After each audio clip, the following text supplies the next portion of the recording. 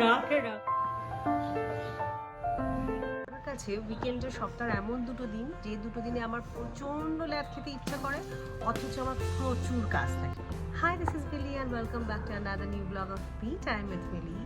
Good morning and happy Sunday to everyone. আশা করি তোমরা সবাই খুব খুব ভালো আছো। আজকে আমার এই ব্যস্ত দিনটা তোমাদের সাথে শেয়ার করবো বলে চলে এলাম। তো চলো শুরু করা যাক সবাই মিলে একসাথে। এতদিনে নিশ্চয়ই তোমরা জেনেই গেছো আমার গুড মর্নিং হয় বাগান থেকে। এক চক্কর বাগানে ঘুরে এসে এই সবুজ ছানাগুলোকে গুড মর্নিং বলে দিন শুরু করি।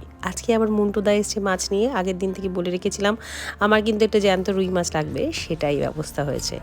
সাথে অবশ্যই পাবদা মাছও আছে, তাই সেটার লোভ সামলাতে পারলাম না। তো রুই আর পাবদা আজকে